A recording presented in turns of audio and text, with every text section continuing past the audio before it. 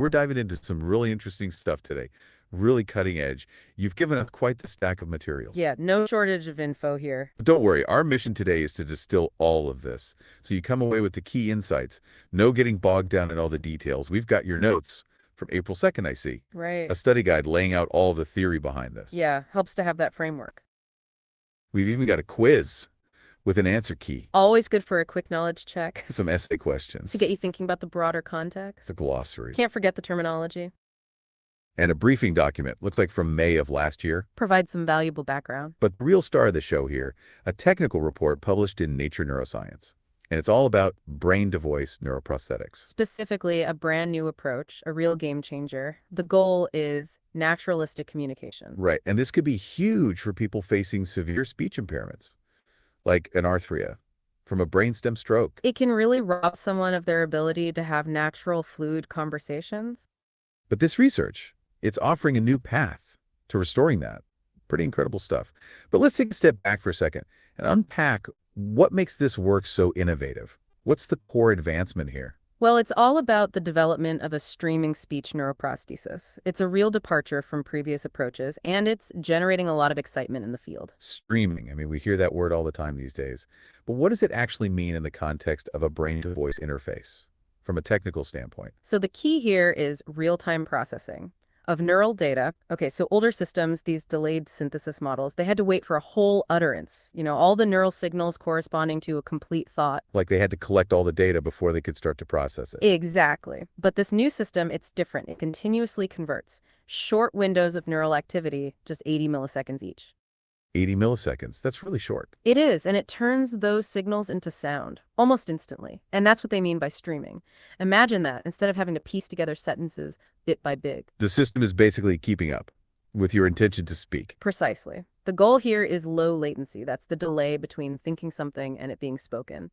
And of course, the speech needs to sound natural. Now, the study we're looking at focuses on a woman with anarthria due to a brainstem stroke, and to record the neural activity related to her attempted speech, the researchers used a 253-channel ECOG array. ECOG, that's electrocorticography, right? Exactly. It's basically a very detailed recording of brain activity directly from the surface of the brain. And I think it's important to point out here, the study guide really emphasizes this. This system isn't decoding spoken words because the participant can't speak. Right. It's decoding silent speech. The neural patterns of attempted speech, or even imagined speech. So even though she can't physically move her mouth to speak, the system can still pick up on those signals. The intent to communicate, it's a big step forward for people with paralysis of their vocal muscles. okay, so we have this continuous stream of neural data being translated into speech.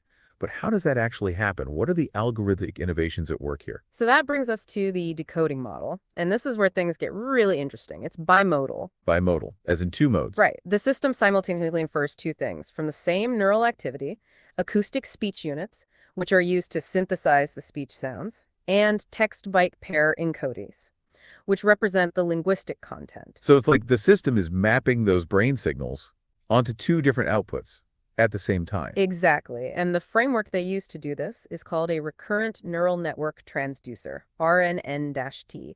It's a type of deep learning architecture, perfect for tasks where you need to translate one continuous stream of data into another, in this case, neural signals into speech.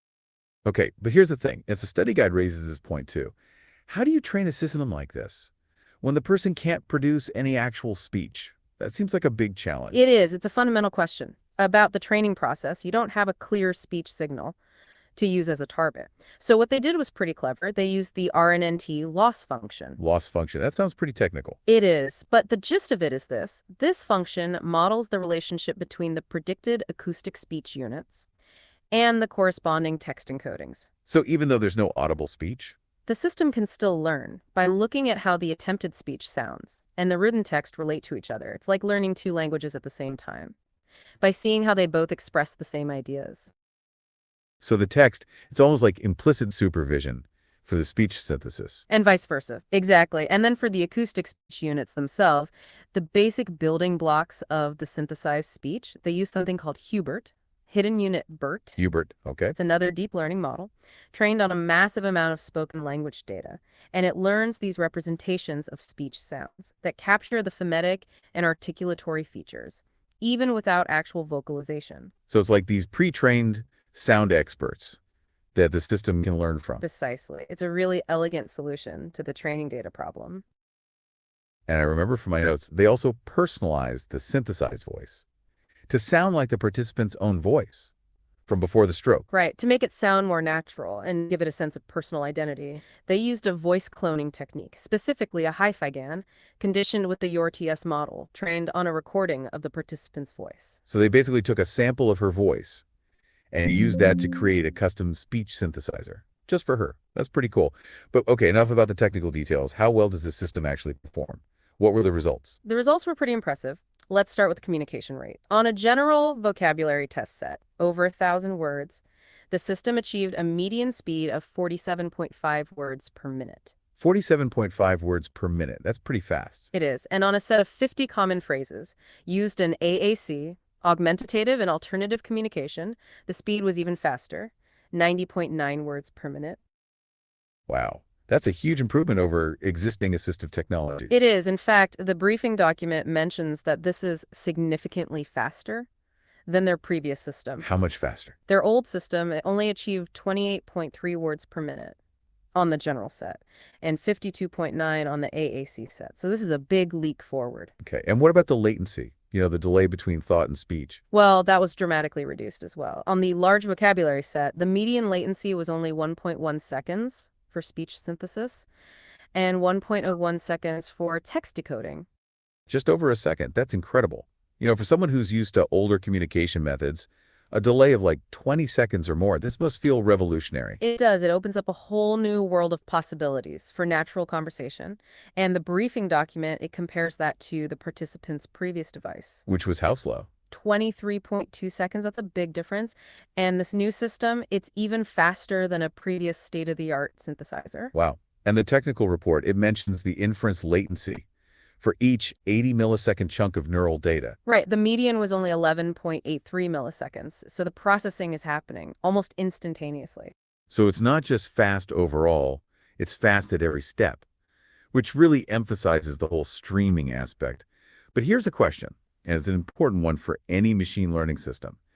How well does it generalize beyond the specific data it was trained on? That's a crucial point. And the researchers, they really dug into this. They tested the model on 3 completely different silent speech datasets offline, just to see how it would perform. And this is where it gets really exciting, because the results suggest that this system, it's not just a one-trick pony. It's capturing something fundamental about speech intent that could be applied to different people and even different ways of measuring brain activity. Okay, so what were these different datasets? Were they from different participants? Different types of brain recordings? So the first one was actually from the same participant, just recorded at a different time. The second data set was from a different person with paralysis, and they used MEA, that's magnetoencephalography. It's another way of measuring brain activity. So a different person and a different brain recording technique.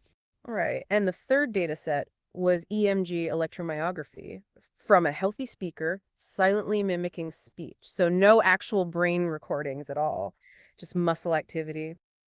Wow, so they really threw a curveball at the model. Different neural substrates, different physiological modalities. And you know what? The model performed significantly above chance on all 3 data sets. That's pretty amazing. It is. It suggests that the system is learning something fundamental about the neural representation of speech that's not specific to just one person or one type of brain recording. And they also tested the system on unseen words it hadn't encountered during training. So completely new words. Right. And for a set of 24 isolated words, the system was able to correctly classify the synthesized spectrograms above chance. And what's really cool is that the acoustic patterns, they clustered based on the place of articulation.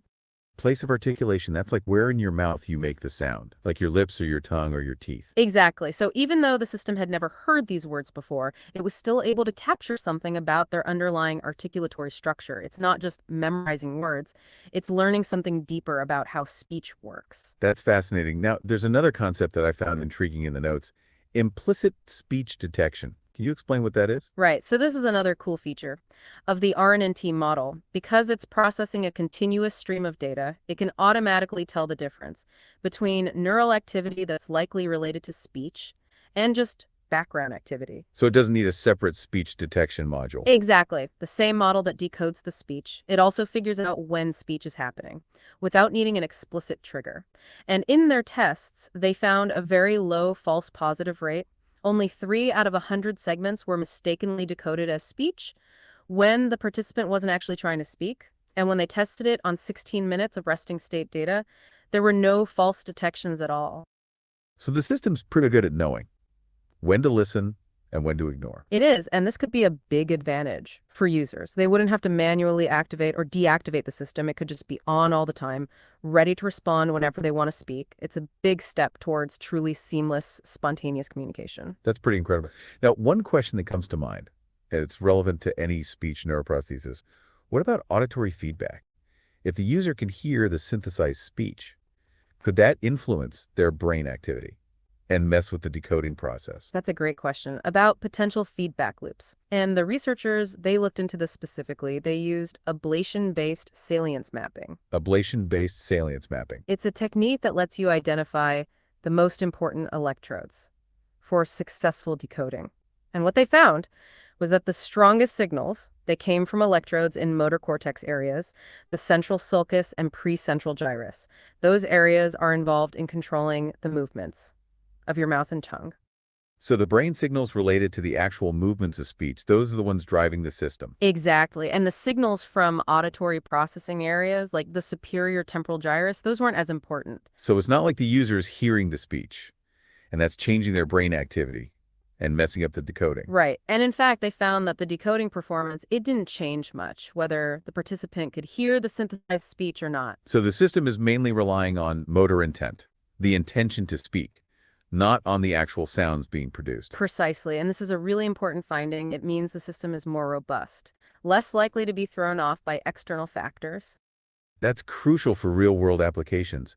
But as promising as all this sounds, there are still limitations and areas for future research. What are the next steps here? Well, one thing to keep in mind is that they've only tested this system with one participant so far. So it's important to see how well it works with a wider range of people with different types of speech impairments. More testing is always good. And they also acknowledge that the speech synthesis, while it's a big improvement, it's still not perfect. So the synthesized speech, it's understandable, but it could sound more natural. Exactly. And improving the quality of the synthesized speech, that's a major goal for future research.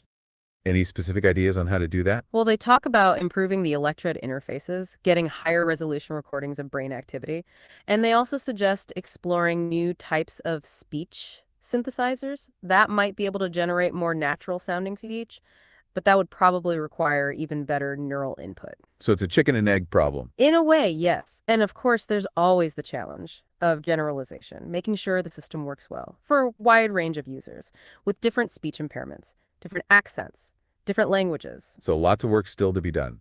But this is definitely a big step forward in the quest to restore natural communication for people who have lost their ability to speak. Absolutely. It's a remarkable achievement. And it opens up a lot of possibilities, not just for treating speech impairments, but for understanding how the brain works and how we can use technology to enhance human communication.